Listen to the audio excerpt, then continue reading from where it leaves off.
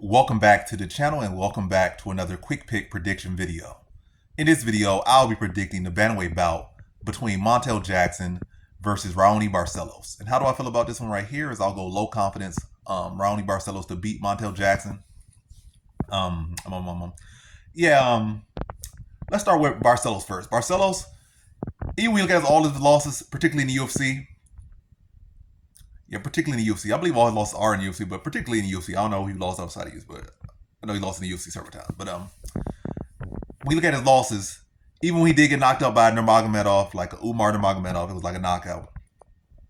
But stylistically, when you look at all the guys he's fought, they are hot. That all the guys he fought that he has lost to. Let me focus on that. Zero in on that. The guys he has lost to, all of them are high output strikers. Like guys, you can see if they threw 100 strikes or landed 100 strikes in a fight, you would not be surprised. Like, I expect that from them. All of them were high output strikers or high output fighters.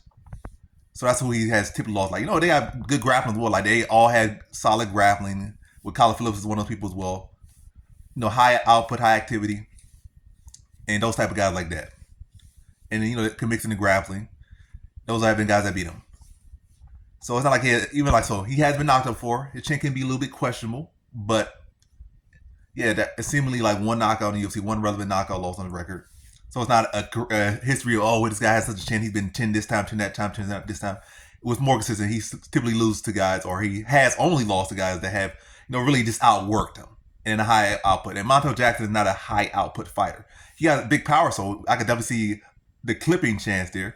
He is a highly skilled fighter, highly talented fighter, but he's a fighter that, in his own losses, has just not really done enough. Like in the Figueiredo fight, Davison Figueiredo fight, his last fight, probably a fight he could have won. Maybe it could have been one of those fights that was close enough that the judge could have leaned his way and say, hey, might as well let you, maybe these other fights that these guys be promising and they have a close fight, like the judges just seem to give it to them and they go on and do great things in their career. But, he didn't go out there and just flat out earn the win. And so it's his fault that it didn't go his way.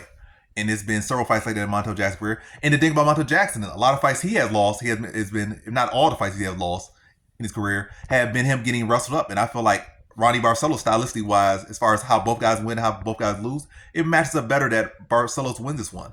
Barcelos is streaking again. He's putting things together. He's a veteran. He's savvy everywhere. He can wrestle. He can strike. He can grapple. Again, Barcelos' issue has been high output guys that have outworked him. I mean, even though Umar knocked him out stylistically, if he didn't knock him out, be like a high output guy, war around it that would have outworked him. That would have been the typical path to victory. And that's what I was predicting to happen in that fight. But obviously, that happened. Whereas with Montel Jackson, when I look at several losses that he's got, was Ricky Simone, that other guy, I think he's in PFL now. Two of those fights, he got out wrestled. Figueiredo, some wrestling in that fight as well, that he got out wrestled in that fight. But primarily, the other two losses in the UFC were getting wrestled up. I think Ricky Simone took him out like 8 times. The other guy took him down like 5 times.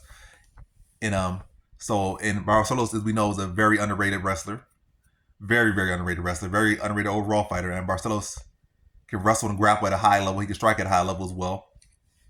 And he knows how to win these close fights. I think this will be one of these close fights. And I just think Barcelos is going to be able to have wrestling success. It has been the clearest kryptonite to Montel Jackson's losses. It has been the wrestling department, even though he's supposed to be a former wrestler. But sometimes that just happens. I've seen that happen plenty of times. Like Melvin Gillard, supposed to be a former state champion. What's his name? Michael Johnson, supposed to be a former state champion. And their biggest issues in most fights has been the grappling department. So, it happens.